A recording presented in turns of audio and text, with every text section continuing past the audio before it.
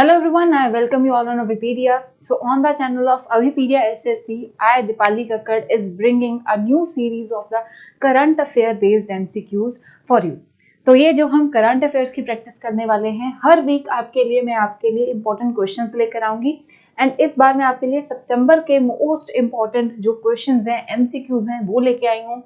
And believe me, ये sessions आपके लिए बहुत बेनिफिशियल रहेंगे।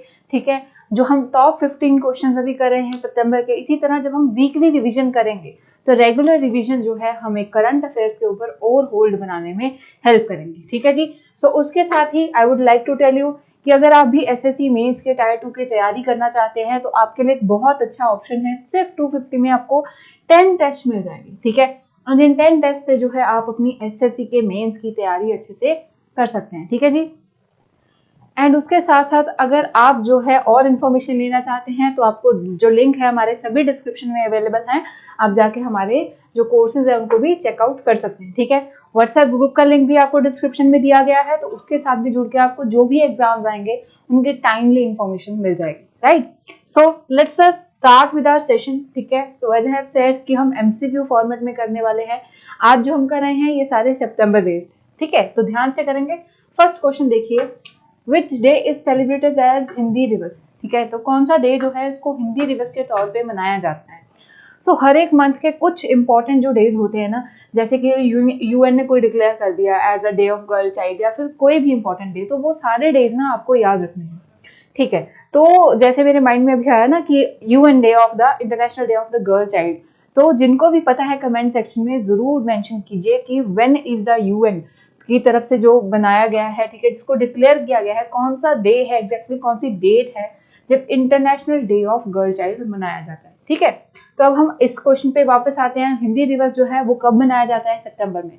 5th of September, 8th of September, 14th of सितंबर या फिर 16th ऑफ सितंबर। ठीक है, तो सारे ही डेज इंपॉर्टेंट हैं। ये ऑप्शंस हमने इसी हिसाब से लिए हैं कि 4 के 4 डेज आपके जो है रिवाइज हो जाए। ठीक है, तो देखिए सबसे पहले 5th ऑफ सितंबर की अगर हम बात करें, ठीक है, सबको पता होगा, बचपन से मनाते आ रहे हैं हम लोग। 5th ऑफ सितंबर क्या है हमारा जी? हमारा है जी टीचर्स डे। ठीक है, जो कि सिग्निफाई करता है birthday of the doctor S Radhakrishnan. ठीक है, सर्वपल्ली राधाकृष्णन जो इंडिया के सेकेंड प्रेसिडेंट हुए थे। तो 5th ऑफ सितंबर को क्या होता है हमारा? Teachers day. Very good. अब हम नेक्स्ट बात करते हैं 8th ऑफ सितंबर। ठीक है, तो 8th ऑफ सितंबर को आता है इंटरनेशनल लिटरेसी डे। ठीक है, इंटरनेशनल लिटरेसी डे। पहले लिटरेसी डे आ रहा है कि सबको क्या है, पढ़ा लिखा होना चाहिए। उसके बाद हम इस चीज की बात करेंगे कि हिंदी भी इंपॉर्टेंट है। ठीक है, तो 8th ऑफ सितंबर को क्या आता है हमारा? Literacy day. पहले हम बोलेंगे कि सबको साक्षरता दर को हमें बढ़ाना है, फिर हम जो है उसके बाद सितंबर 14 को मनाएंगे हिंदी दिवस, कि हमें जो है अपनी मातृभाषा हिंदी को प्रमोट करना है। Right, so international literacy day जो है वो इंपॉर्टेंस बताता है एम्पावरमेंट ह्यूमन राइट्स की। एंड 2023 का थीम भी जो लिखा गया है, promoting literacy for a world in a transition. ठीक है, building the foundation for the sustainable and peaceful society. बहुत ही इजी है थीम को याद करना। देखिए हम ट्रांजिशन टाइम में चल रहे हैं। कैसा ट्रांजिशन? हमारी जो स्टडीज है ऑफलाइन से ऑनलाइन से हो रही है। राइट, हम अब जो है यूट्यूब को यूज करते हैं, इवन कोई भी मीडिया का जो हमारे पास अवेलेबल है। ठीक है, जैसे कि गूगल की क्लासेस हैं, जूम है, तो इनके थ्रू हम क्या है अभी एजुकेशन इम्पार्ट करना ईजी हो गया है। उसके साथ साथ असाइनमेंट्स भी ऑनलाइन होती जा रही हैं। ठीक है, तो क्या हो रहा है, ट्रांजिशन आ रहा है एजुकेशन में। उसी थीम को लेकर आपको याद रखना है कि promoting literacy for a world in transition. ठीक है, और इसके साथ हम लिटरेसी को क्यों प्रमोट कर रहे हैं? देखिए कितने युद्ध छिड़ रहे हैं, बट हमें क्या है, एक पीसफुल सोसाइटी में रहना है। सो इसलिए हम एक ऐसी फाउंडेशन को बनाना चाहते हैं जो सस्टेनेबल एंड पीसफुल सोसाइटी हो। ठीक है, सस्टेनेबल को भी हम ध्यान में रख सकते हैं कि हम ये सारी लिटरेसी जो है इसको इम्पार्ट कर रहे हैं so that everyone is aware कि इन्वायरमेंट को प्रोटेक्ट करना कितना इंपॉर्टेंट है। राइट, तो थीम को बहुत ही इजीली याद रख सकते हैं, बहुत ही अच्छा थीम है। नेक्स्ट अब हम बात करते हैं कि 14th ऑफ सितंबर को जो हमारा हिंदी दिवस मनाया जाता है। ठीक है, declaration of Hindi as a India's official language. ठीक है, तो 1949 में 14 सितंबर को ही डिक्लेयर किया गया था कि हिंदी जो है हमारी मातृभाषा होगी, एक ऑफिशियल लैंग्वेज भी होगी। ठीक है, तो इसलिए हम हिंदी दिवस को 14th ऑफ सितंबर को सेलिब्रेट करते हैं। ठीक है जी, ये भी क्लियर हो गया। Next very important day is 16th of सितंबर को आता है ओजोन डे। ठीक है। सो वर्ल्ड ओजोन डे 16 सितंबर को मनाया जाता है। अब ये इंपॉर्टेंस बताता है कि जो ओजोन है इसको प्रोटेक्ट करना कितना इंपॉर्टेंट है। The theme for the world ozone day 2023, theme भी आपके लिए यही है, Montreal protocol fixing the ozone layer and reducing the climate change. ठीक है। सो आपने क्या करना है, साथ साथ जो इंपॉर्टेंट पॉइंट्स है उसको अपने नोट्स में ऐड कर लीजिए सो दैट बाद में रिवीजन करने में आसानी हो जाए। ठीक है। सो सारे डेज देख लिए। 5 सितंबर जो है टीचर्स डे है, 8 सितंबर इंटरनेशनल लिटरेसी डे है, 14 सितंबर को आता है हमारा हिंदी दिवस। ठीक है। एंड 16 सितंबर को वर्ल्ड ओजोन डे। ठीक है। So I hope you are done with this slide. जो इंपॉर्टेंट था आपने नोट कर लिया है। अब हम नेक्स्ट क्वेश्चन की तरफ चलते हैं। ठीक है। Again a very easy question but बहुत इंपॉर्टेंट भी है। ठीक है। सो क्वेश्चन देखिए, the famed Hoysala temples complex in Karnataka have been. ठीक है। क्वेश्चन को ध्यान से देखेंगे, मैं आपको बताऊंगी क्वेश्चन किस किस तरह से आ सकते हैं। ठीक है। सो जो टेम्पल कॉम्प्लेक्स है होयसाला का कर्नाटका में has been added to the UNESCO world heritage list. ठीक है। तो साइट का कौन सा नंबर है, कौन सी लिस्ट के नंबर में ऐड किया गया। ठीक है। सो देखिए सबसे पहला क्या है, सिंपल क्वेश्चन आ जाएगा कि होयसाला टेम्पल कॉम्प्लेक्स जो है कौन सी स्टेट को बिलोंग करते हैं। ठीक है। सो होयसाला टेम्पल कॉम्प्लेक्स जो है वो कर्नाटका में है। ठीक है। अब नेम से क्लियर है, होयसाला डायनेस्टी को ये बिलोंग करते हैं। ठीक है। तो अगर डायनेस्टी पूछी जाए तो होयसाला डायनेस्टी 10 to 14 सेंचुरीज के अराउंड जो टेम्पल्स बने थे। ठीक है। और टेम्पल का जो मेन स्टार आर्किटेक्चर जो है वो एक मेन फीचर है जिसके कारण इनको एनलिस्ट किया गया है, one of the main feature है। ठीक है। तो यूनेस्को की हेरिटेज लिस्ट में अभी क्या हो गया है, 2 न्यू एडिशन हुई है। कितनी? 2 न्यू एडिशन हुई है इंडिया की तरफ से। 41st साइट हमारी कौन सी बनी है, शांति निकेतन। ठीक है। सो आई होप कि आप सबको पता है शांति निकेतन जो है वो किससे जुड़ी हुई है, रविंद्रनाथ टैगोर से। ठीक है। उनके फादर ने जो है शांति निकेतन में सबसे पहले जो है आश्रम स्टैब्लिश किया था। सो इसको जो शांति निकेतन आश्रम है इसको प्रिजर्व करने के लिए यूनेस्को ने हेरिटेज लिस्ट में 41st टैग दिया है। Very good. नेक्स्ट अगर बात करें तो होयसाला टेम्पल कॉम्प्लेक्स को दिया गया है 42nd। सो आंसर हो गया हमारा डी। ठीक है। तो होयसाला टेम्पल कॉम्प्लेक्स कर्नाटका में है, 42nd टैग दिया गया है। सिंपल क्वेश्चन एक और पूछा जा सकता है, which is the most recent जो है एडिशन हुई है। ठीक है। अगर शांति निकेतन एंड होयसाला दोनों होंगे, ऐसे वैसे एग्जामिनर देंगे नहीं कि ए में शांति निकेतन बी में होयसाला कॉम्प्लेक्स। ठीक है। तो दोनों में से जो भी आपको ऑप्शन में मिले उसको टिक करना है, बट मोस्ट रिसेंट जो है उसे होयसाला टेम्पल्स को आपने मार्क करना है। ठीक है। सो ये सारे कितने तरह से क्वेश्चन आपको पूछे जा सकते हैं, आपने ध्यान में रखनी है, स्टेट को भी अच्छे से ध्यान में रखना है। ठीक है जी। नेक्स्ट देखते हैं अब हम। ठीक है। तो ये हमने सारी जो है डिस्कशन कर ली है। नेक्स्ट देखिए, अब थर्ड क्वेश्चन है। ठीक है। ये भी सितंबर का एक बहुत इंपॉर्टेंट क्वेश्चन था। क्वेश्चन देखिए, what is the new award instituted to honour the scientist in India. तो इंडिया में क्या किया गया है, साइंटिस्ट को अवार्ड करने के लिए ऑल न्यू साइंस कैटेगरी में अवार्ड जो है वो घोषित किए गए हैं। 2024 से अवार्ड जो है वो शुरू होंगे। ठीक है। 2024 से ये अवार्ड जो है देने शुरू किए जाएंगे। राइट। सो अभी ये जो अवार्ड्स हैं इनको नेशनल इंपॉर्टेंस का दर्जा भी दिया जाएगा। ठीक है। इसमें भी वेरियस कैटेगरीज के अवार्ड होंगे एंड जो है अप्रोक्सीमेटली 13 जो है सब्जेक्ट्स में ये अवार्ड दिए जाएंगे आपको। ठीक है। तो कितने सारे क्वेश्चन इसमें से भी निकल के आएंगे एंड आपको सभी पॉइंट्स को याद करना है। ठीक है। सो न्यू अवार्ड जो है वो कौन सा है, पीएम विज्ञान पुरस्कार, राष्ट्रीय विज्ञान पुरस्कार, भारतीय विज्ञान पुरस्कार या फिर दीनदयाल विज्ञान पुरस्कार। ठीक है। तो नेम है जी इसका हमारा नेशनल साइंस अवार्ड्स। ठीक है। ट्रांसलेट कर लीजिए तो क्या बनेगा, राष्ट्रीय विज्ञान पुरस्कार। क्लियर है। तो राष्ट्रीय विज्ञान पुरस्कार जो है ये दिए जाएंगे। ठीक है जी। तो एक न्यू अवार्ड की कैटेगरी है राष्ट्रीय विज्ञान पुरस्कार या नेशनल। ठीक है। 2024 से दिए जाएंगे और 13 डोमेन्स जैसे कि physics, chemistry, environmental sciences, atomic sciences हो गया हमारा। ठीक है। अर्थ साइंसेस हो गया हमारा, एनवायरमेंट हो गया। तो सभी डिफरेंट जो फील्ड्स हैं साइंस के इंपॉर्टेंट उसमें ये 13 डोमेन्स में दिए जा रहे हैं। ठीक है। और 4 कैटेगरीज में। अब ठीक है, 4 कैटेगरीज कौन कौन सी है वो भी देख लेते हैं। फर्स्ट हो गया विज्ञान रत्न, जो कि होगा हमारा लाइफ टाइम अचीवमेंट अवार्ड। ठीक है। तो जैसे भारत रत्न क्या है, एक हमारा लाइफ टाइम अचीवमेंट अवार्ड ही है, वैसे ही विज्ञान रत्न जो है वो साइंस की फील्ड में जिसने किसी पर्सन, किसी साइंटिस्ट ने लाइफ टाइम में बहुत ही अपनी इंपॉर्टेंट कॉन्ट्रीब्यूशन दी है, उनको दिया जाएगा विज्ञान रत्न। ठीक है। सेकंड की बात करें तो आ गया विज्ञान श्री।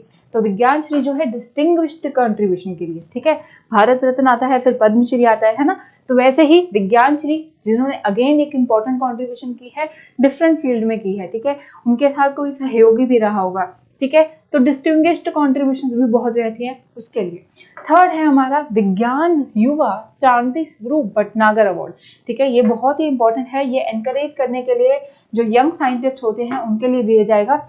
एज लिमिट इसमें 45 ईयर्स रहेगी, ठीक है, तो ये नेम जो है विज्ञान युवा Shanti Swarup Bhatnagar award young scientist को एनकरेज करने के लिए। And last would be the विज्ञान टीम, नेम से क्लियर है, जो साइंटिफिक कॉन्ट्रीब्यूशन किसी टीम ने लाई, ठीक है, तो उसके लिए दिया जाएगा। अब इसकी अगर टाइमलाइन की मैं बात करूं वो भी बहुत इंटरेस्टिंग है, ठीक है, सो टाइमलाइन थोड़ी सी डिस्कस करती हूँ। 14 जनवरी से जो है नॉमिनेशन शुरू हो जाएंगी, ठीक है, टाइमलाइन ध्यान से देखिए, आपके लिए क्वेश्चन है, ठीक है, तो उसके बाद नेशनल साइंस डे तक इसकी नॉमिनेशन ओपन रहेगी, ठीक है, तो नेशनल साइंस डे कब होता है आपने ये कमेंट सेक्शन में बताना है। नेक्स्ट उसके बाद नेशनल टेक्नोलॉजी डे जब होता है, ठीक है, तब ये जो अवार्ड हैं इनको अनाउंस कर दिया जाएगा, अनाउंसमेंट की जाएगी, तो आपको ये भी बताना है कि नेशनल टेक्नोलॉजी डे कब होता है। एंड फाइनली नेशनल जो है स्पेस डे वाले दिन जो है ये अवार्ड दिए जाएंगे, ठीक है, सो ये जो इम्पोर्टेंट डेज को भी साथ ही साथ क्या किया गया है, इंपॉर्टेंस दी गई है, तो तीनों ही डेज जो है national science technology and space day की डेट्स जो है आपने कमेंट सेक्शन में बतानी है, ठीक है, so this is the thing you have to do by yourself, ठीक है, और नेक्स्ट हम सेशन में एक बार इसको रिवाइज भी कर लेंगे, अदरवाइज जो भी बच्चा कमेंट कर देगा हम उसको क्या है लाइक दे देंगे, सो दैट बाकी भी रिवाइज कर ले। क्लियर है जी, बहुत अच्छा क्वेश्चन था। नेक्स्ट देखते हैं अब अपना नेक्स्ट क्वेश्चन जो है fourth question. So the recently a 12 feet high statue of Mahatma Gandhi was inaugurated along with the Gandhi Vatika in which city? ठीक है, तो एक 12 फीट हाई जो है महात्मा गांधी का जो स्टैचू है ये अनवील किया था सितंबर में ही हमारी प्रेसिडेंट द्रौपदी मुर्मू जी ने, ठीक है जी, एंड उसके साथ साथ गांधी वाटिका को भी इनॉग्रेट किया है, तो कौन सी सिटी में? ए ऑप्शन हो गया New Delhi, B Surat, C Mumbai या डी कोलकाता, ठीक है, तो रिसेंट करंट का इंपॉर्टेंट क्वेश्चन है, तो इसका करेक्ट आंसर देख लेते हैं जी, answer would be A New Delhi, ठीक है, तो थोड़ा सा इसको भी डिस्कस करेंगे, ज्यादा इसको सिटी इंपॉर्टेंट थी हमने देख ली है। सो एक 12 फीट जो स्टेचू है, ठीक है, ये गांधी जी को जो है याद करते हुए उनकी जो वैल्यूज हैं उनको याद करने के लिए अलॉन्ग विद गांधी वाटिका, ठीक है, एक गांधी दर्शन न्यू दिल्ली में जो है ये इनॉग्रेट किया गया, ठीक है, यही इंपॉर्टेंट है, आपने इतना ही याद रखना है। क्लियर है जी, नेक्स्ट क्वेश्चन आप चलते हैं क्वेश्चन नंबर 5 पे, ठीक है, so where is the Buddh international circuit BIC, ठीक है, race track located in India, तो ये एक रेस ट्रैक है, ठीक है, what is Buddh international circuit, अभी रिसेंटली इसको अप्रूव कर दिया गया है मोटर स्पोर्ट बाइक के लिए, ठीक है, तो कहाँ पे है आपको ये बताना है, सितंबर में ही अप्रूव किया गया था, पुणे, बेंगलुरु, ग्रेटर नोएडा या फिर जो हो गया हमारा आंसर जी हैदराबाद, ठीक है, सो ABCD में से करेक्ट आंसर हमारा बनता है सी ग्रेटर नोएडा, ठीक है, तो बुद्ध इंटरनेशनल सर्किट क्या है, ये एक रेस ट्रैक है, ठीक है, ये भी याद रखना है क्या है जी, ये बुद्ध इंटरनेशनल सर्किट एक रेस ट्रैक है, कहाँ पे, ग्रेटर नोएडा में है, इसको क्या किया गया है, अप्रूव किसने किया है, इंटरनेशनल मोटर स्पोर्ट बॉडी ने, ठीक है, फॉर द 2 व्हीलर्स FIM, ठीक है, तो इसमें क्या है, इंडिया की पहली जो है मोटो GP रेस जो है ग्रैंड प्रिक्स ऑफ इंडिया जो है वो होस्ट की जाएगी, तो आपको सिर्फ याद रखना है बुद्ध इंटरनेशनल सर्किट जो है वो मोटर स्पोर्ट के लिए इंडिया का रेस ट्रैक है, इसमें इंडिया की पहली ग्रैंड प्रिक्स जो है वो होस्ट की गई है, ग्रेटर नोएडा में ये स्थित है। क्लियर है, ये भी अच्छा क्वेश्चन था। अभी हम नेक्स्ट देखेंगे जी, सो नेक्स्ट हमारा क्वेश्चन है question number 6। In September 2023, which of the following countries is admitted to G20 summit to make history by transforming the G20? ठीक है, सो बहुत हेडलाइंस में रहा था क्या, G20 is now G21, ठीक है, एंड ये इम्पॉर्टेंट चीज़ है, बहुत इजी चीज़ भी है बट इम्पॉर्टेंट भी है, क्योंकि ऐसी इजी चीज़ तो हमें फ्री के मार्क्स से लाएगी, ठीक है, तो क्वेश्चन बहुत इजी है, अर्मेनिया, स्लोवाकिया, ब्रिटेनिया, अफ्रीकन यूनियन में से किसको एडमिट किया गया है into G20?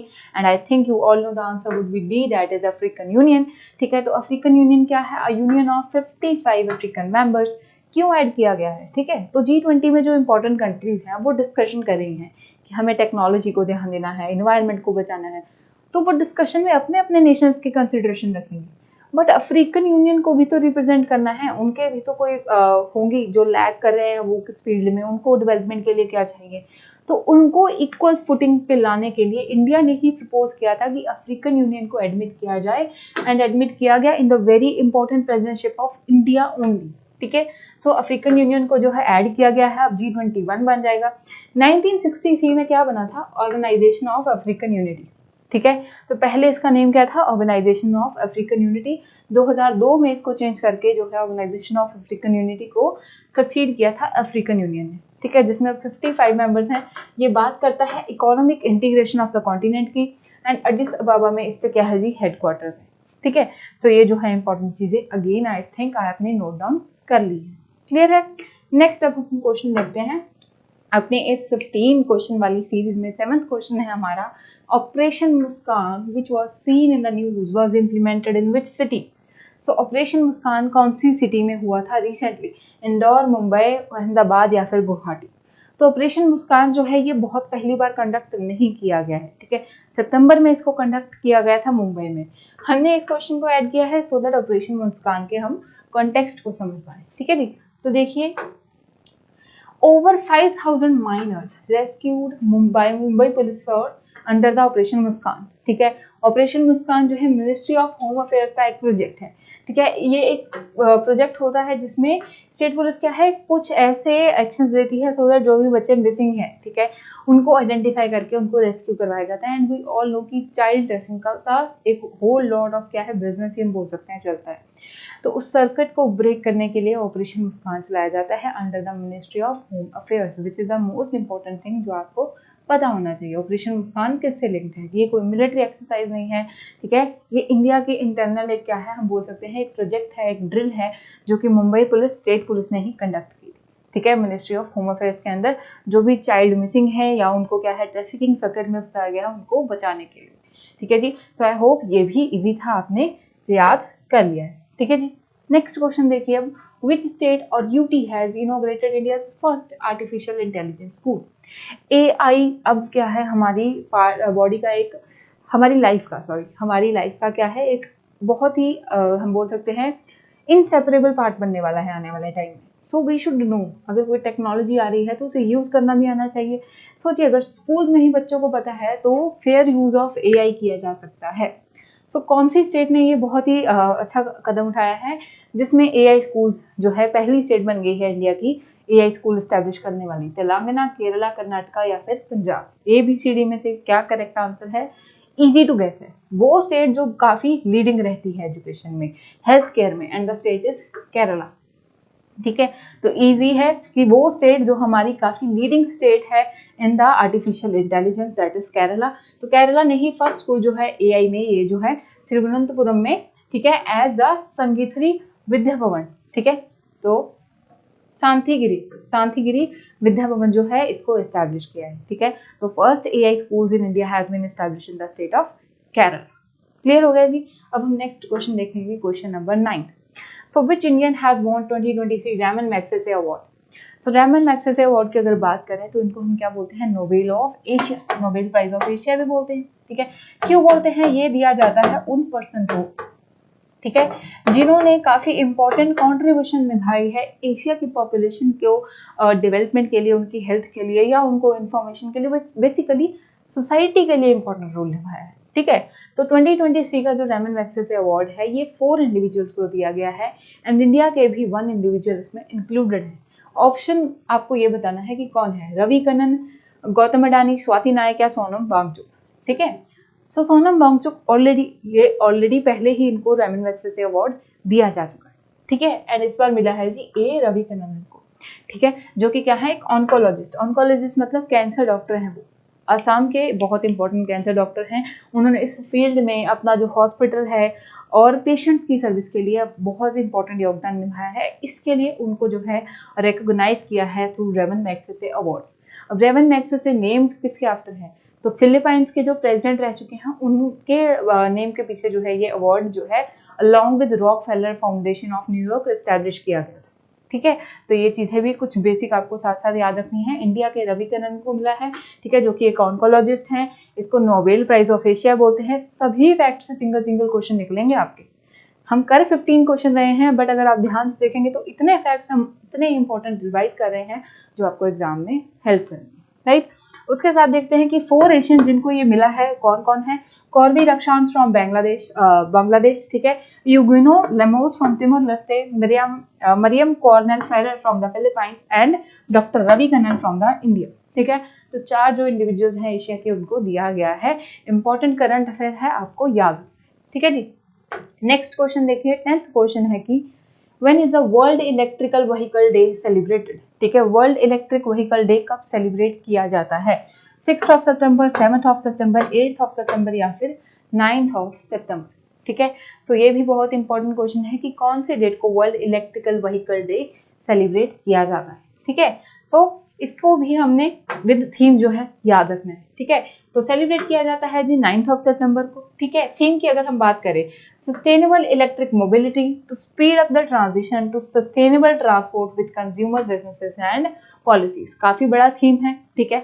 But electric vehicles जो है वो अब क्या हो रहे हैं, इनको ज्यादा प्रमोट किया जा रहा है क्योंकि इसमें एमिशंस की प्रॉब्लम कम रहेगी, ठीक है। सो उसको लेके जो है इलेक्ट्रिक व्हीकल डे 2022 में पहली बार जो है इसको मनाया गया था, ठीक है। अब 2023 में जो है फिर से मनाया गया है। कब है, डेट हमें याद रखनी है 9th ऑफ सितंबर। थीम काफी बड़ा है तो चांसेस कम है, ठीक है। बट मेन जो बात की गई है वो बात की गई है कि सस्टेनेबल होंगे, ठीक है। तो इससे सस्टेनेबल ट्रांसपोर्ट बनेगा, ठीक है। सस्टेनेबल ट्रांसपोर्ट मीन्स बनाएंगे so that business, consumer and जो हमारी पॉलिसीज हैं वो भी सस्टेनेबल रहे, ठीक है जी। तो इस तरह थीम को भी याद रखना है।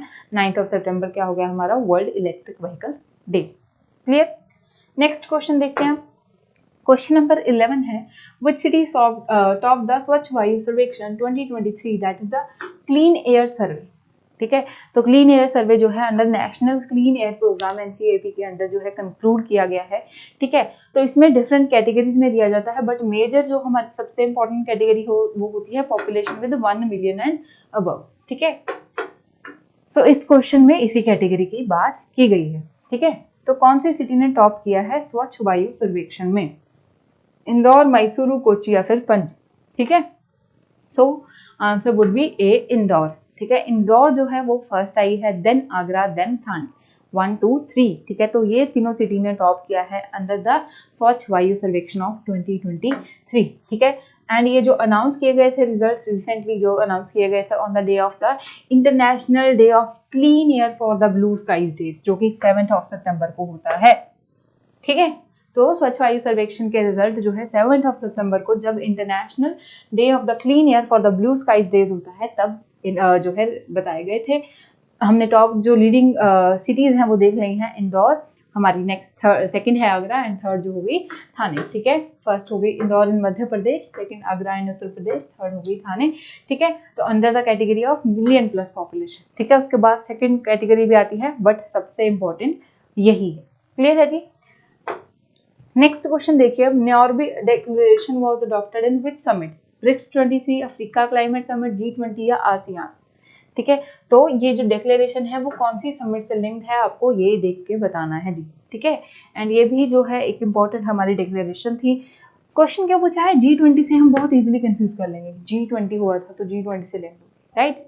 G20 आंसर नहीं है, करेक्ट आंसर है हमारा अफ्रीका क्लाइमेट समिट, ठीक है। तो नेम भी क्या है, अफ्रीकन हमारी एक सिटी का नेम है न्योरबी। तो अफ्रीका क्लाइमेट समिट के दौरान इन न्योरबी जब हुई थी तो अडॉप्शन की गई थी न्योरबी डिक्लेरेशन की, ठीक है। Giving Africa a unified voice on the climate issues, ठीक है। तो ये डिक्लेरेशन क्या रिकमेंड करता है, इसमें recommendation, pledges, demands of the strengthen the, कि अफ्रीका की क्या पोजीशन है क्लाइमेट चेंज में, अफ्रीका क्या टेक लेना चाहता है, उसकी जो कंट्रीज हैं वो कैसे प्रोसीड करना चाहती हैं, ठीक है। तो उसको जो है इस बोल सकते हैं हम डिक्लेरेशन में इंक्लूड किया गया था, ठीक है। So it voices out the concerns as well as suggestions, recommendations of the African countries, ठीक है, on the lines of the climate change, ठीक है। तो डिक्लेरेशन किसके रिगार्डिंग है अब याद रखेंगे। एंड कब आई थी ये जी, Africa summit 2023, Africa climate summit 2023, clear हो गया जी। नेक्स्ट क्वेश्चन अब हम देखते हैं, हमारा क्वेश्चन नंबर 13 है, Varun is the bilateral exercise between the navies of which of the following countries, ठीक है। तो मिलिट्री एक्सरसाइज के सेशंस में मैं आपको ये बताती हूँ कि हमें मिलिट्री एक्सरसाइजेस का नेम, देन उनका डोमेन, ठीक है, नेम सबसे पहले, फिर उसका डोमेन मतलब कि कौन से नेचर की है, क्या ये मैरीटाइम नेचर की है, मिलिट्री नेचर की है या फिर नेवल नेचर की है, एंड कंट्रीज, इन चीजों को ध्यान में रखना होता है। ठीक है, तो एक फैक्ट तो मिल गया कि वरुणा क्या है, बाइलेटरल है, मतलब 2 नेशंस करेंगे, ठीक है, एंड जो है ये हमारी नेवीज कर रही हैं, तो मैरीटाइम नेचर की है, ठीक है, तो डोमेन पता चल गया एंड बाइलेटरल है। अब कंट्रीज कौन कौन सी है, India and France, India and Sri Lanka, India and Australia या इंडिया एंड यूएसए। तो one of the country we know is India, ठीक है। तो वरुण एक बहुत पुरानी चलती आ रही एक्सरसाइज है जो कि इंडिया किसके साथ करता है, ठीक है, कौन सी एक्सरसाइज है वरुण, नेवल एक्सरसाइज है। वैसे तो एक्सरसाइजेस जो है वो नेम से हम गेस कर लेते हैं, ऐसा नेम है तो ये मीनिंग निकलेगा, बट वरुण नेम जो है वो हवा को रिप्रेजेंट करता है, बट ये एक्सरसाइज जो है वो नेवल की, नेवीज करती हैं, ठीक है, इंडिया एंड फ्रांस की, ठीक है। तो याद रखना है कि नेम से इस एक्सरसाइज को कंफ्यूज नहीं कर सकते आप। वरुण जो है वो इंडिया एंड फ्रांस के बीच में की जाने वाली एक नेवल नेचर की एक्सरसाइज है, एंड सिंस 1990 जो है ये हम 3 से करते आ रहे हैं, ठीक है, 1993 से इंडिया एंड फ्रांस जो है ये एक्सरसाइजेस करते आ रहे हैं, एंड सितंबर में इसका जो भी अरेबियन सी में ये एक्सरसाइज कंप्लीट की गई है, ठीक है। तो वरुण क्या हो गई, नेवल नेचर की एक्सरसाइज, किस किस में हो गई, इंडिया एंड फ्रांस, ये है, ये याद रखेंगे, 21st एडिशन था इसका जी। नेक्स्ट देखिए जी, 14th क्वेश्चन है, which country proposed to launch G20 satellite mission for environment and climate observation। Environment and climate observe करने के लिए जो है कौन सी कंट्री ने सजेस्ट किया है कि एक सैटेलाइट मिशन होना चाहिए G20 के अंदर, India, Australia, USA, Japan. So India की प्रेसिडेंटशिप थी, इंडिया ने अपनी बहुत इंपॉर्टेंट जो है रिकमेंडेशंस रखी, उनमें से ही एक रिकमेंडेशन ये भी, ठीक है। सो इंडिया ही करेक्ट आंसर रहेगा। नेक्स्ट देख लेते हैं, इंडिया ने प्रपोज किया था कि G20 सैटेलाइट मिशन होना चाहिए, तो सो दैट वो जो कंट्रीज हैं ग्लोबल साउथ में, ठीक है, एक हम साउथ की बात करते हैं ना, जो हम बोलते हैं कि डिप्राइव्ड कंट्रीज हैं, उनको डेवलपमेंट का चांस नहीं मिला है, क्लाइमेट चेंज का बर्डन उनके ऊपर सबसे पहले आ गया है, तो उनके लिए जो है satellite mission for environment and climate observation जो है इंडिया ने प्रपोज किया है, ठीक है जी, ये एक इंपॉर्टेंट चीज है, आपने याद रखनी है। नेक्स्ट अब हम क्वेश्चन देखते हैं, 15th क्वेश्चन है, NASA's Moxie mission successfully generated oxygen on which planet, ठीक है। तो अगर नेम फुल फॉर्म पता है ना आपको मॉक्सी की, तो बहुत इजी हो जाएगा, ठीक है, मार्स, जुपिटर, मून या वीनस, किसमें जो है हमने क्या है सक्सेसफुली नासा के मिशन ने ऑक्सीजन जनरेट कर दी है, वहीं के एनवायरनमेंट में से CO2 लेके ऑक्सीजन जनरेट कर दिए, ठीक है। और बहुत न्यूज में रहता है, एलन मस्क क्या बोलते हैं, मार्स को हैबिटेबल बनाना है, ठीक है, तो उसी के लिए जो है मार्स के ऊपर ही ये मिशन किया गया था, ठीक है। एक और चीज बताती हूँ, क्वेश्चन में क्या पूछा गया था, प्लैनेट, मून क्या है हमारा, प्लैनेट है नहीं, अर्थ की सैटेलाइट है, तो एम क्या बचा, एक ही बचा M, so answer would be Mars, ठीक है। सो नेम देख लेते हैं एक बार पूरा मिशन का हम, that is Mars oxygen institute resource utilisation experiment, ठीक है। तो फुल फॉर्म क्या है मॉक्स की, Mars oxygen institute resource utilisation experiment है, जो कि, ठीक है, मार्स रोवर जो है भेजा गया था, उसी में ये जो है टेक्नोलॉजी में एक एक्सपेरिमेंट किया गया है कि जो CO2 है उसको यूज करके ऑक्सीजन जो है प्रोड्यूस की गई है ऑन द मार्स एनवायरनमेंट, ठीक है। तो मॉक्सी मिशन किसका है, नासा का, ये याद रखेंगे।